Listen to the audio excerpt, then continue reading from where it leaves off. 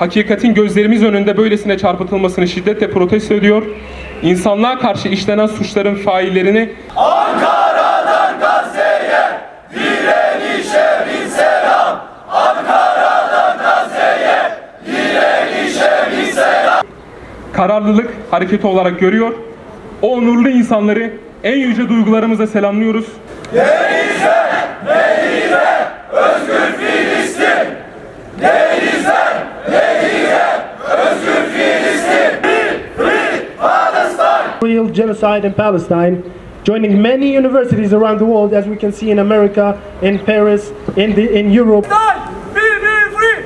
From the river to the sea, Palestine will be free. Yasa, Beyron, Bilmem, Nefike Yasa. Neler, evrensel insan hakları.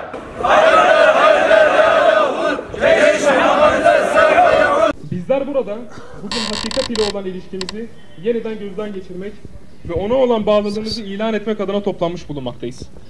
Zira üniversiteler varlıklarını hakikat ile kurdukları ilişki sonucunda oluşan meşruiyete borçludurlar.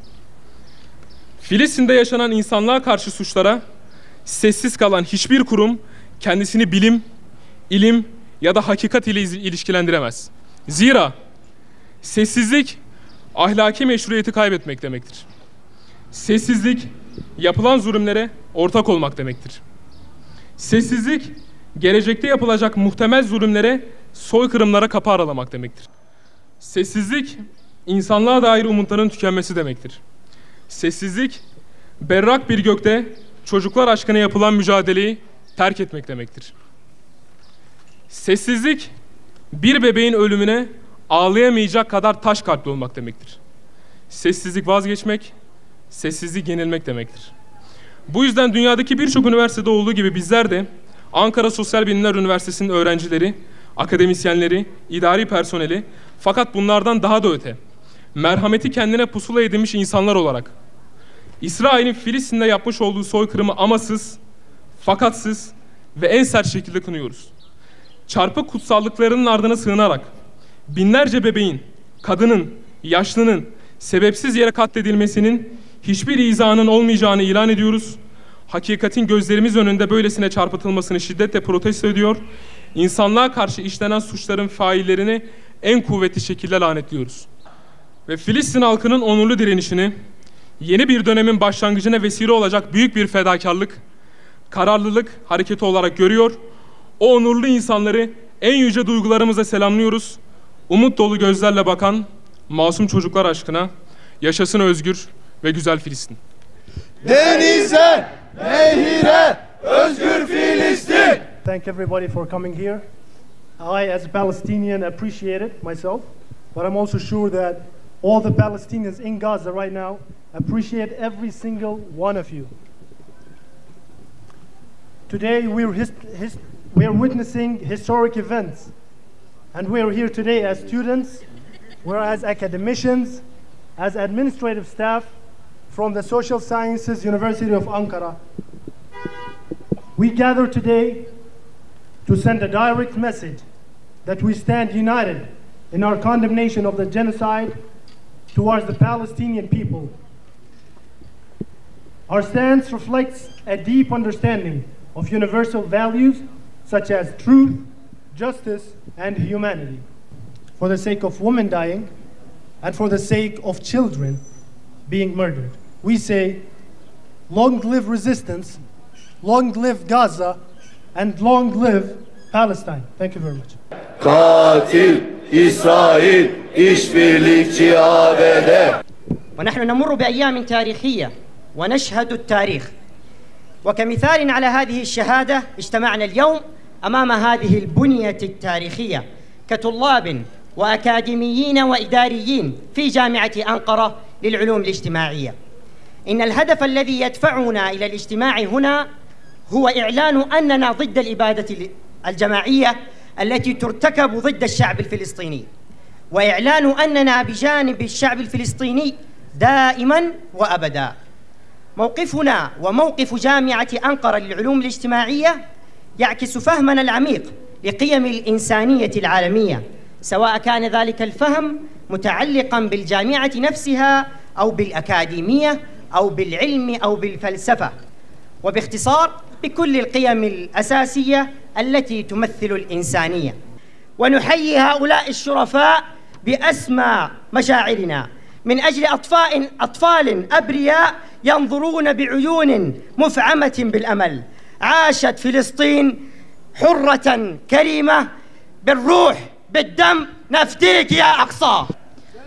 私たちは歴史的な日々を過ごし、歴史を目撃しています。私たちアンカラ社会科学大学の学生、教員、職員は今日この目撃者の一人として歴史的建物の前に集まっています。私たちがここに集まった目的は、パレスチナの人々に対する大量虐殺に反対し、パレスチナの人々と一緒にいることを宣言するためです。Kampüste, meydanda, intifada her yerde. Uyan, diyen, özgürleş! Uyan, diyen, özgürleş! Связанные с судьбой братского палестинского народа, которому грозит физическое уничтожение со стороны Израиля. Вот почему мы, студенты, преподаватели, сотрудники администрации Анкарского университета социальных наук, собравшись сегодня перед зданием нашего вуза, заявляем на весь мир: нет, геноцид палестинского народа, выражаем ему безоговорочную поддержку и вместе с тем разделяем его скорбь, его горе в связи понесенными им человеческими жертвами. Uyan, diyen, özgürleş! Özgür Filistin! Evet, Rusça bildiriyi okuduğu için öğrencimiz Vildan Azra. Tekrar herkese çok teşekkür ediyoruz. Hocalarımız, öğrencilerimiz, herkese bu vicdan, insani, merhamet busalası bizim kalbimizden kaybetmemiz için buradayız.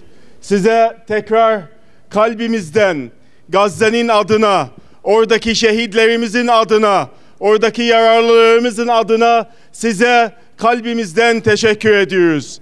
Oradaki insan hakları ihlal ederken, oradaki insanlar bizim canlı ekranımızda bu soykırım izlerken sessiz kalmak ne imani, ne insani, ne vicdani açısından bize yakışmaz. Arkadaşlar, boykot devam ettirin. Ona durdurmak vakti yok. Özgürlene kadar ona devam ettireceğiz, ateş kesene kadar değil. Bu konuda herkes elinde ne yapabilirsek ona yapacağız ve Allah izniyle özgür Filistin'de, özgür Mescid-i Aksa'da fetih namazı orada kılacağız. Allah izniyle o gün yakın olacak. Ve yeselûneke metâhû kul asâ en yekûne qarîbâ. İştirak ettiğiniz için tek tek teşekkür ediyor. Allah razı olsun diyoruz. İnşallah Kudüs için, Filistin için oraların yeniden özgürleşmesi ve Müslümanların elinde olması için güçlü kuvvetli bir şekilde Siyonizmi tamamıyla oralardan kaldırmak için bu yaptığımız amelin Allah katında en güzel şekilde kabul olması için bilhassa tüm şehitlerimiz için Allah rızası için El Fatiha.